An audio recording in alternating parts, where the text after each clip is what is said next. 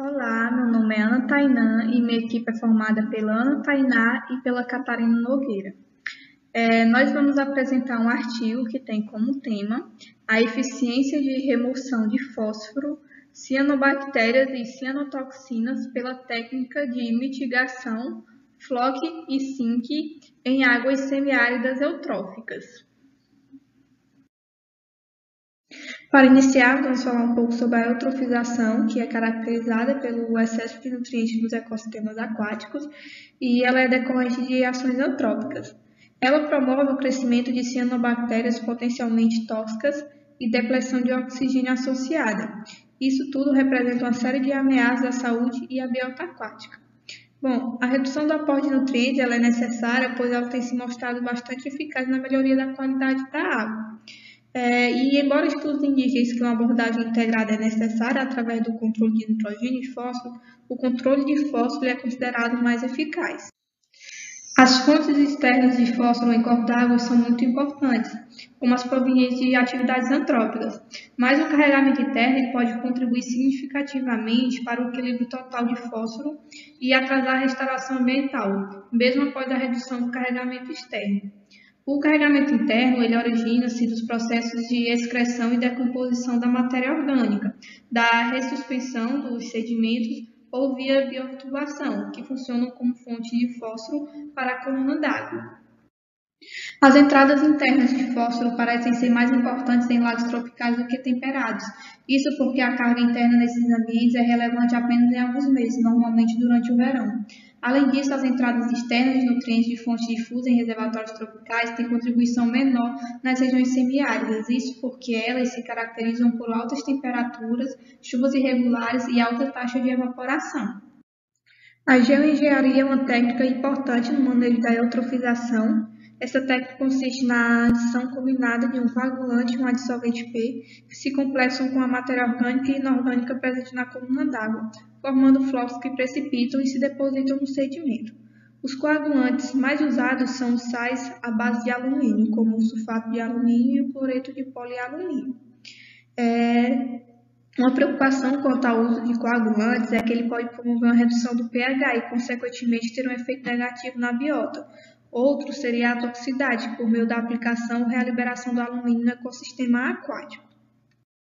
Em relação ao dissolvente P, as argilas naturais ou modificadas com metais são as mais utilizadas. Dentre as argilas naturais, a bentonita é atóxica, de baixo custo e não promove a acidificação da água. Já a bentonita modificada com antânio, apesar de seu uso generalizado, sua aplicação foi limitada devido ao seu custo. E também foram encontrados o acúmulo após a sua aplicação em algumas espécies aquáticas. Diante disso, os compostos não tóxicos e biodegradáveis têm sido os mais indicados. Outra questão também são os efeitos que os produtos na liberação de cianotoxinas produzidas por cianobactérias. Por exemplo, a quitosana. Apesar de alta eficiência na redução da biomassa de cianobactérias na coluna d'água, ela ocasionou uma lise celular e, consequentemente, a liberação de toxinas. O objetivo do presente estudo foi avaliar a eficiência dos coagulantes sulfato de alumínio, cloreto de polialumínio e quitosana isoladamente e combinados com bentonita natural e bentonita modificada com lantânio. Isso na remoção de fósforo das águas eutróficas dos reservatórios do semiárida e avaliar os efeitos desses compostos na densidade de cianobactérias e nas cianotoxinas intra e extracelular. Foram testadas as seguintes hipóteses. A quitosana, um coagulante orgânico, pode ser utilizada como substituto dos coagulantes químicos na restauração de água eutrófica no semiárido.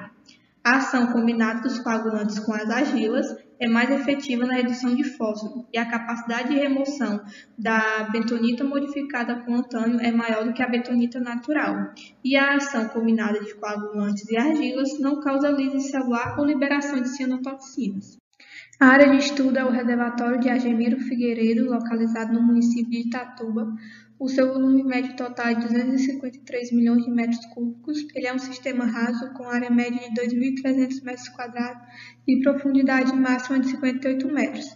Ele apresenta florações perenes de cianobactérias potencialmente tóxicas e ele pode ser considerado hipereutrófico, com altas concentrações médias de ITP clorofila A. Para ensaio em escala de bancada, amostras de água foram coletadas durante o mês de maio de 2018. O próximo à barragem na região limítrofe a 0,5 centímetros de profundidade. Uma série de ensaios FLOC e SYNC foram divididos em 3 etapas, com os seguintes objetivos. Etapa 1, determinar a concentração de coagulantes mais eficientes para a remoção de fósforo total da coluna d'água.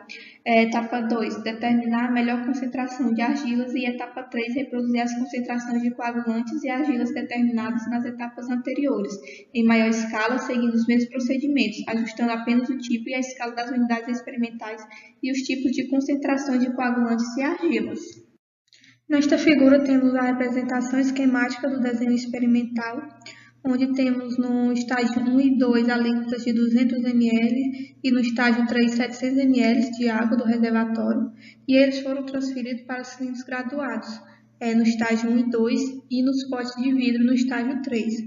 A adição de tratamentos, que foram argilas, coagulantes e as combinações, foram de acordo com Neumann, colaboradores de 2017. Após uma hora, as amostras foram coletadas das partes superiores e inferiores das unidades experimentais para análise posterior.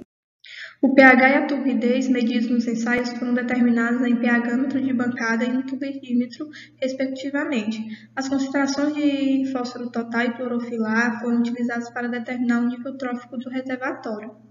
Para análises estatísticas foram realizadas considerando um nível de significância de 5% e utilizando o software R para Windows.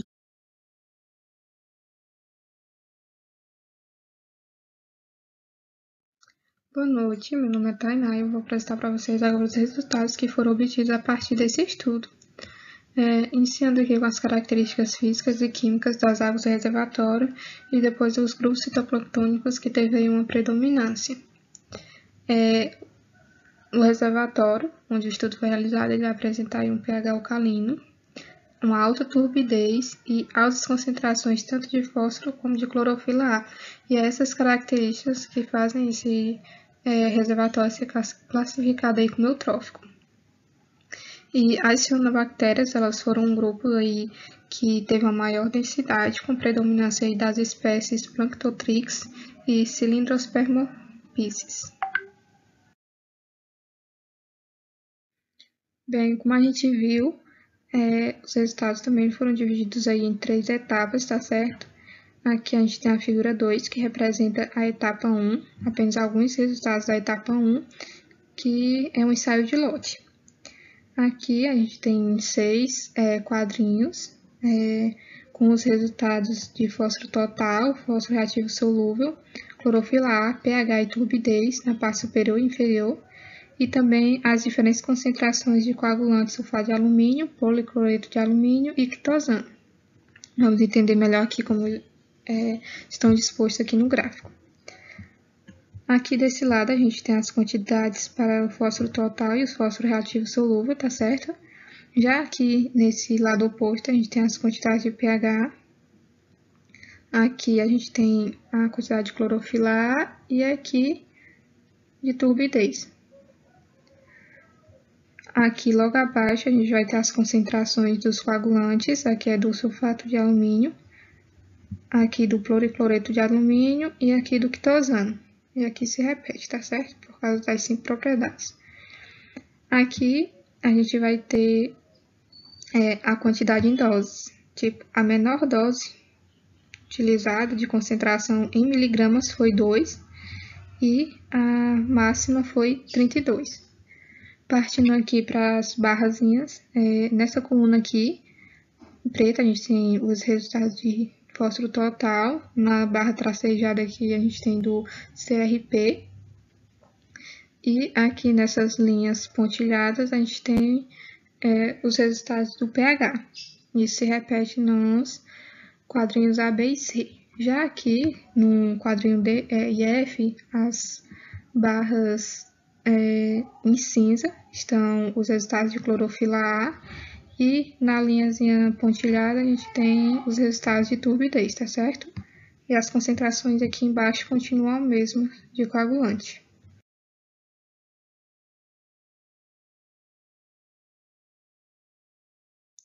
Bem, agora partindo realmente aqui para os resultados, ainda na etapa 1, gente, ali eu só fiz explicar mesmo a figura E aqui eu vou demonstrar alguns resultados.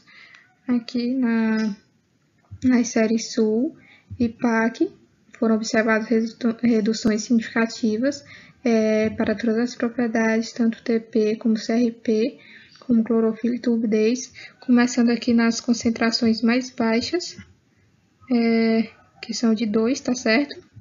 Então, a gente pode observar que houve reduções.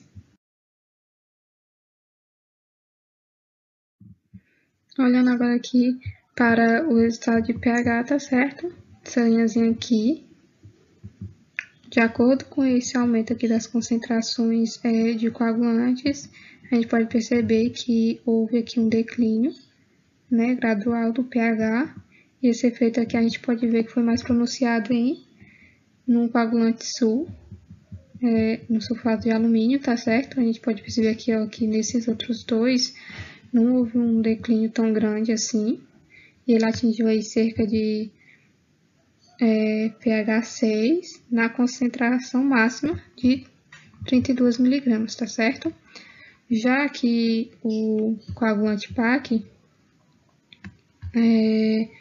o pH permaneceu aí em torno de 7, que é considerado a ideal.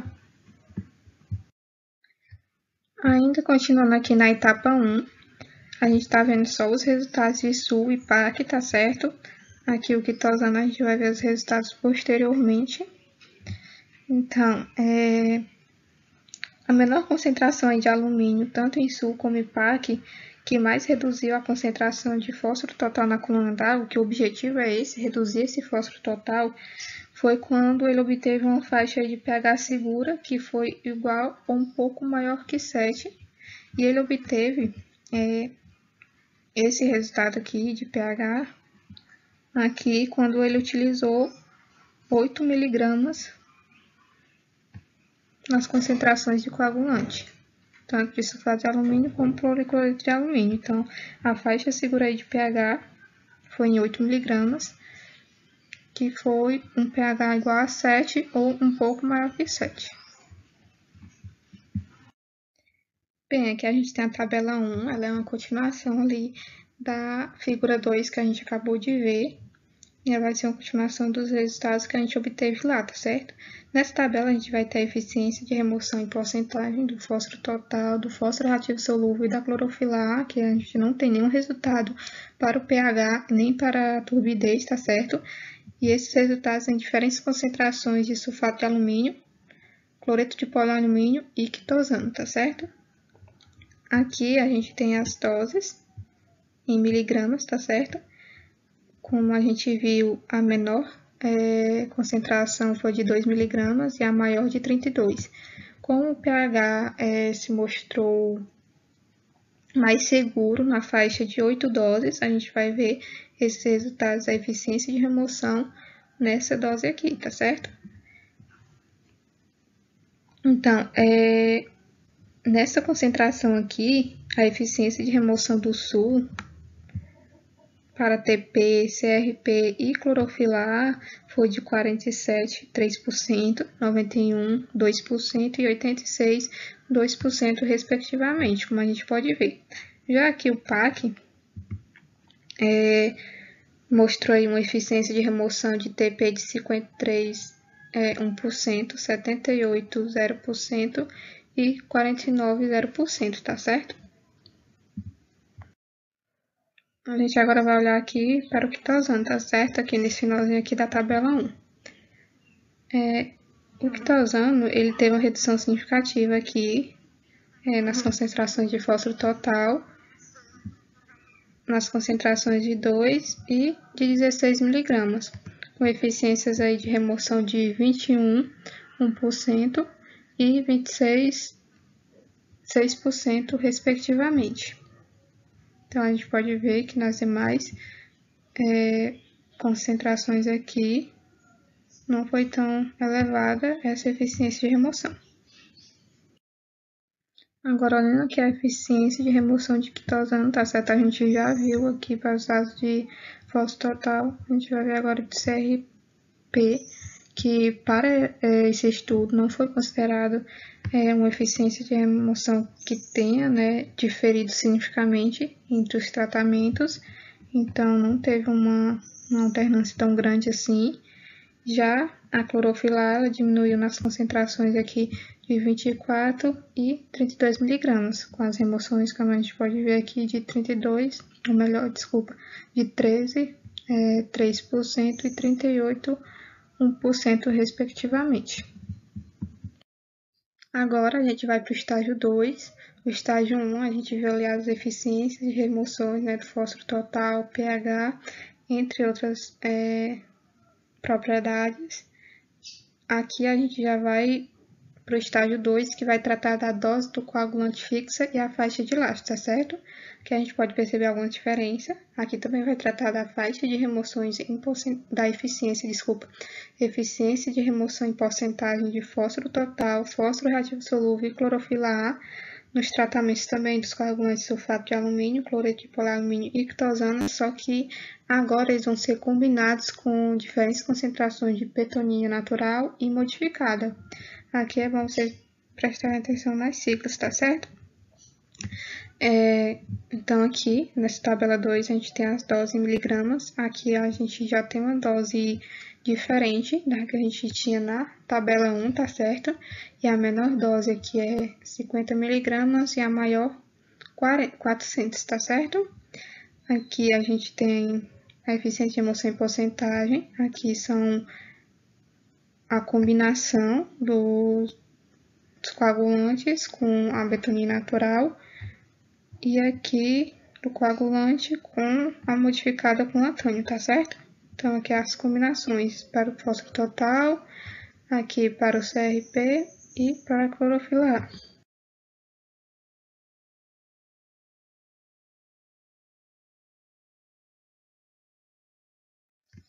Bem, a betonina natural e a modificada com latânio, elas são argilas, tá certo? Como a gente viu ali na metodologia.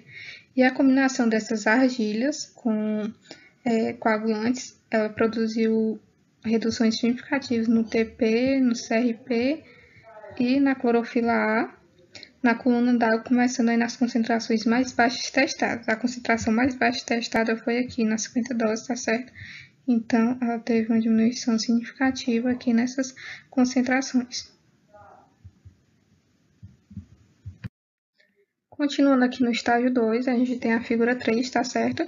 Essa figura 3 é muito parecida com a que eu mostrei anteriormente, só que não é a mesma, tá bom, gente? Aqui ela vai ter os resultados de fósforo total, fósforo reativo solúvel, clorofila A e pH, só que as diferentes concentrações vão ser de argila betonínica natural combinada com o sulfato de alumínio, o cloreto de polialumínio e quitosana, tá certo? Aqui, os quadrinhos também aqui são divididos em 6, né? A gente tem as mesmas propriedades do fósforo total, fósforo reativo solúvel, aqui o pH, aqui a clorofila A e aqui as quantidades da turbidez, tá certo? Só que a gente vai olhar aqui principalmente o pH, tá certo? A gente pode ver que teve uma diminuição, tá certo? Só que ela não foi tão significativa assim, né? Não teve uma diferença significativa. Ela sempre permaneceu acima de 7. Então, essa é a observação que a gente tem que fazer dessa figura 3 por enquanto. Bem, então a gente já viu aqui os resultados da etapa 2. Agora a gente vai partir aqui para a etapa 3, que está denominada aí como rebanho e afunda, tá certo? Aqui a gente tem a figura 5, ela está cortada, por isso a gente está vendo como se fossem 3, tá certo? Mas é apenas uma figura. Aqui a gente vai ter o fósforo total, o fósforo reativo solúvel, a clorofila A, a densidade fitoplânctônica, essa é uma propriedade aqui, não tinha nos outros, tá certo? A turbidez e o pH nos tratamentos com sulfato de alumínio, cloreto de polialumínio e a quitosana. E também foi adicionado aqui a betonina natural e a betonina modificada com latânio, sozinhas e combinadas. Então, aqui no quadrozinho A, a gente vai ver que são parecidos com os quadros da figura que a gente já visualizou anteriormente, que a gente vai ter os valores para fósforo e fósforo reativo solúvel, aqui pH, desse lado aqui a clorofila A e desse lado aqui a turbidez. Por enquanto a gente vai ver somente os quadros A e B, tá certo? Já aqui embaixo a gente vai ter o sulfato de alumínio, cloreto de polialumínio, a quitosana e aqui essa parte eles combinados, tá certo? Aqui são os resultados para TP, nesse tracejado aqui para CRP e os pontinhos aqui de pH, tá certo? E aqui no quadro B, a gente vai ter aqui em cinza os resultados de clorofila A e os pontinhos aqui a turbidez. Agora, partindo aqui para os resultados, os coagulantes SU e PAC sozinhos e combinados aí com LMB e o BEIN causaram aí reduções significativas em todas essas propriedades, né? Como a gente pode ver, reduções significativas aqui, tanto no TP como no SRP, como aqui no pH, clorofila A e na turbidez. Já aqui na figura 6, a gente vai ter 3 quadrinhos, tá bom? A, B e C. No quadrinho A, a gente tem microcistinas totais intra e extracelulares. Aqui no quadrinho B, a saxitoxina. E no quadrinho C, a cilindrospermopsina, tá certo? E aqui é nos tratamentos de sulfato de alumínio, no cloreto de polialumínio e da quitosana. Também da betonina natural e da betonina modificada com latânio sozinha e combinada. A gente vai observar somente esse quadrinho A por enquanto, como a gente viu, no PAC, no SU, nas combinações. Então, aqui também houve uma redução significativa nesses valores, tá certo? Agora, olhando aqui para o quadro B e para o quadro C, a gente pode perceber aí que nenhum efeito significativo dos tratamentos foi observado, né?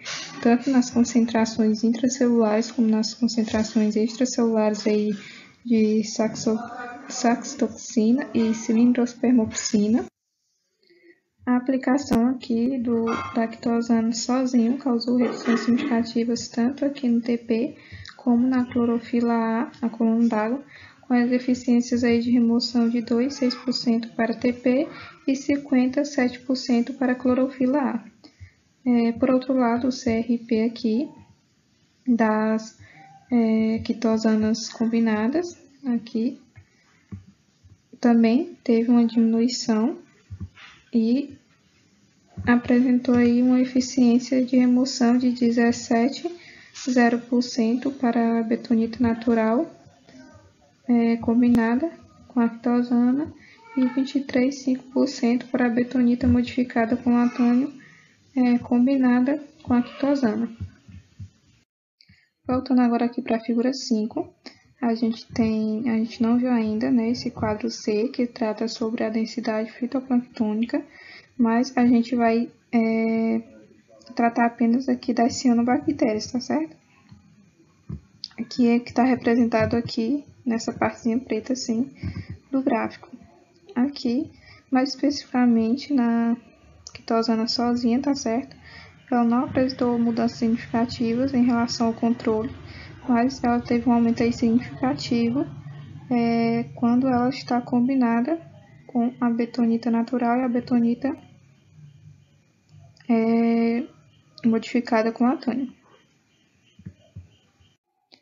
Aqui na tabela 4 a gente tem a eficiência de remoção das espécies cianobactérias do local de estudo. Aqui a gente vai ter as espécies, aqui o controle e aqui a eficiência de remoção em porcentagem. Essas 3 espécies elas foram removidas de forma muito eficiente, independente do tratamento utilizado. Já essas 4 espécies, elas foram removidas de forma mais eficiente nos tratamentos com os coagulantes químicos SU e PARC e LMB isoladamente, bem como os outros tratamentos combinados aí com argilas, tá certo? E os resultados obtidos foram esses. meu nome é Catarina Nogueira, eu vou dar continuidade à apresentação falando para vocês sobre a discussão do artigo. A quitosana, ela teve um baixo efeito na remoção das cianobactérias e na concentração do fósforo total e do fósforo solúvel reativo.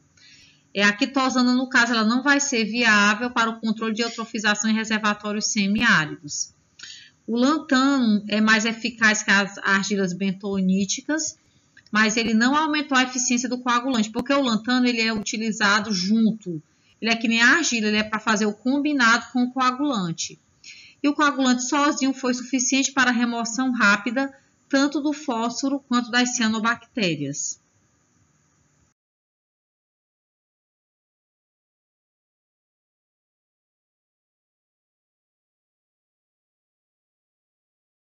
Agora das cianobactérias.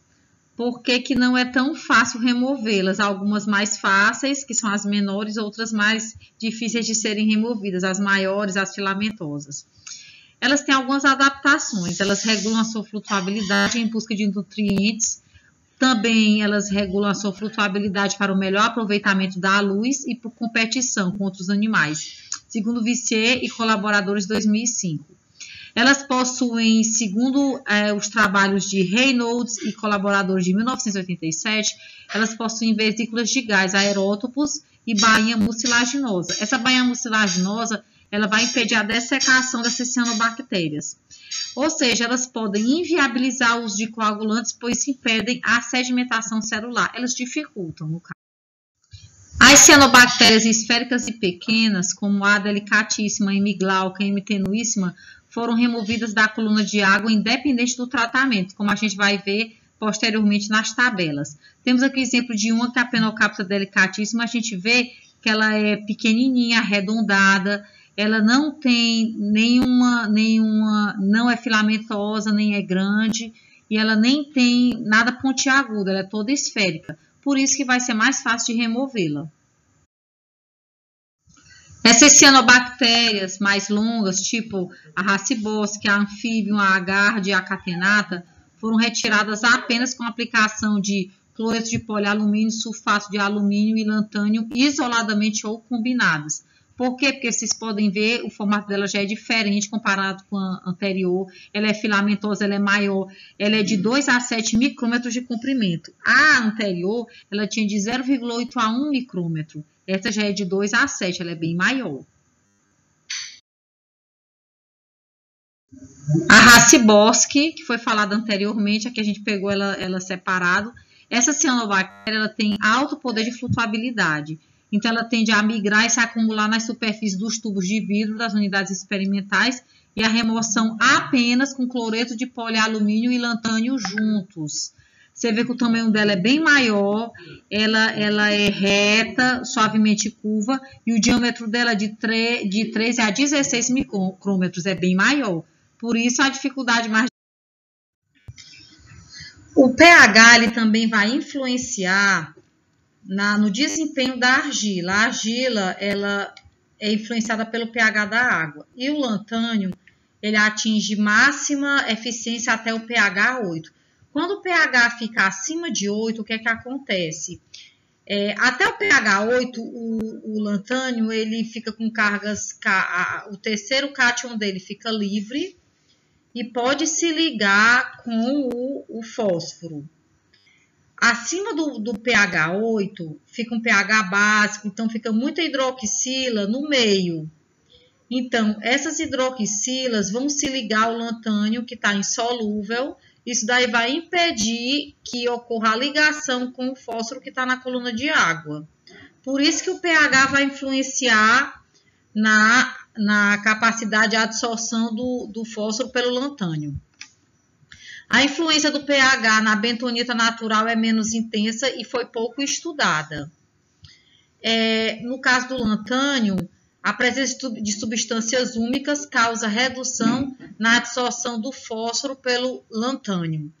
É o seguinte, as substâncias úmicas, elas vão, quando elas estão na água, elas vão se ligar ao lantânio. Como ela se ligar ao lantânio, ele não tem como fazer a absorção do fósforo.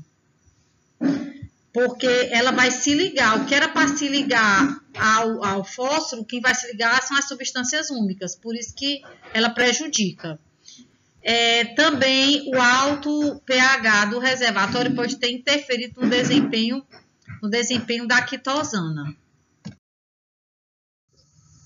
Esse gráfico aqui, ele está mostrando a eficiência dos coagulantes em relação tanto ao pH quanto à quantidade de fósforo e fósforo reativo na água. Quanto maior for a coluna, quer dizer o quê? Que tem mais fósforo na água. Então, quanto maior a coluna, quer dizer que o coagulante é menos eficiente. Então, a gente tem que olhar para as colunas mais baixas, que são os coagulantes mais eficientes. Então, vamos lá. Olhando aqui a coluna preta, que é as menores aqui, nós temos o sulfato de alumínio. Depois vem as combinações, né? E também tem o cloreto de polialumínio, vizinho. É um pouco menos eficiente. E quando vem com as combinações é que fica mais eficiente ainda, que é a bentoína mais sulfato de alumínio, cloreto de polialumínio mais bentoína, e sulfato de alumínio mais bentoína. Pronto, são os mais eficientes. A gente vê aqui nesses outros dois gráficos, de cima é a clorofila, a turbidez da água, e de baixo vai ser a densidade. A coluna mais alta em cima vai ser da combinação de quitosana e bentoína, quase igual com quitosana e lantânio, com relação à quantidade de clorofila e turbidez da água. Com relação à densidade do fitoplâncton, de baixo aqui, a gente vê que a coluna mais alta vai ser a de quitosana e lantanídeo.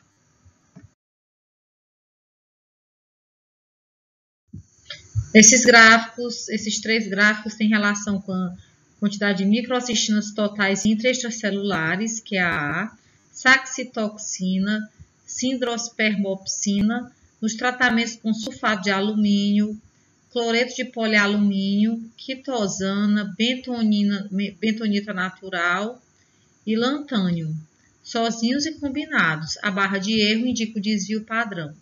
As colunas e pontos com as mesmas letras não diferem significativamente. Aqui nessa tabela nós temos a comparação entre os tratamentos e sua eficiência. Podemos ver que os mais eficientes são sulfato de alumínio, cloreto de polialumínio e os combinados. Conforme nós falamos anteriormente, o tamanho da cianobactéria, o tamanho dela tem a ver com o coagulante que a gente vai utilizar. Uma bactéria pequena, tipo a Panocapsa delicatíssima, ela vai ser removida independente de qual tratamento seja. Essa segunda, a dispersos, a Corococcus dispersos, ela já tem uma diferença.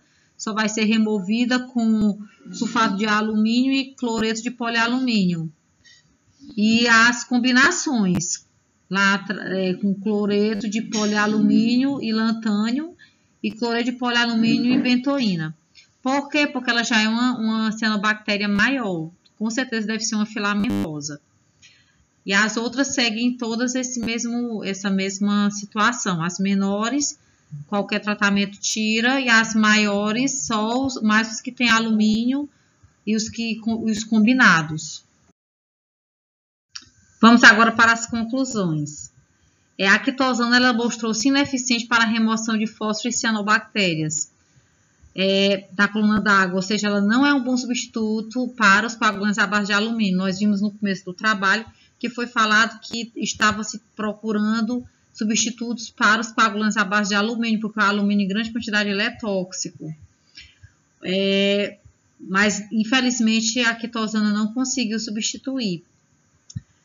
O lantânio ele mostrou-se mais eficiente que a bentonita natural, embora a combinação não se tenha mostrado necessária. Por quê? Porque os coagulantes à base de alumínio, eles por si sós, eles conseguiram um bom resultado, sem necessariamente precisar de bentonita natural, que é uma argila, e o lantânio. A diminuição da concentração de microcistina intracelular na coluna d'água foi observada com a adição de sulfato de alumínio e cloreto de polialumínio isoladamente ou combinados com lantânio.